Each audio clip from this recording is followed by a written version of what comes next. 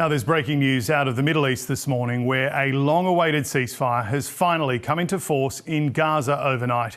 Israel's army has confirmed the return of the first 3 hostages that were being held by Hamas.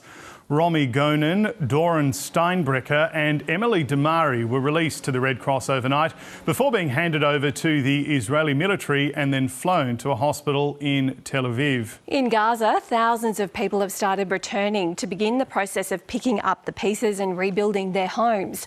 Over the next 6 weeks, 30 more hostages are due to be released in exchange for hundreds of Palestinians.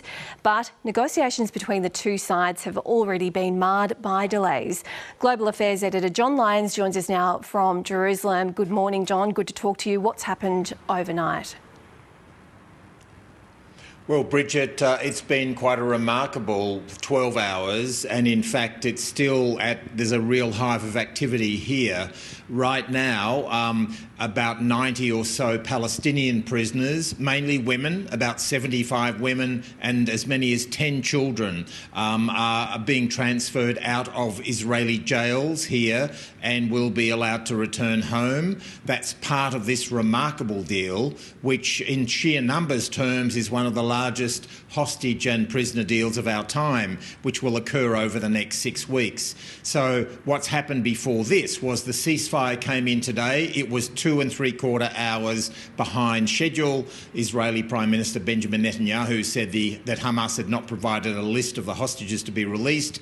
Israel continued bombing Gaza in that period. As many as 13 people were killed in that 2 hours and 3/4.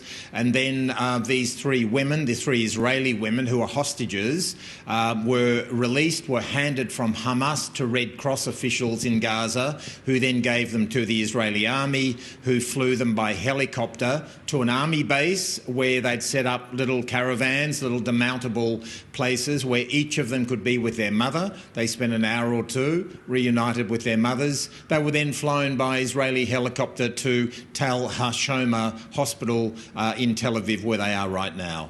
Just incredible pictures we're seeing here, John, as you say, just history being made on both sides.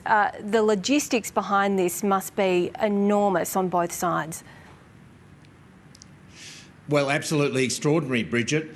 Beginning with the fact that because Hamas doesn't want anybody to know where there's 97 hostages still in Gaza, and Hamas doesn't want anyone to know where they are or where these 3 were. And so no one could really plan for this because they had to come from a secret location. Hamas had to try to make sure that nobody could see because the Israelis have drones constantly across Gaza, and so didn't want Israel to know where these had been. So they secretly somehow got them into Gaza City and then went up north near the Netzarim corridor, handed them to the Red Cross officials, who then passed them on to the Israeli army. I mean, this is an absolutely extraordinary operation.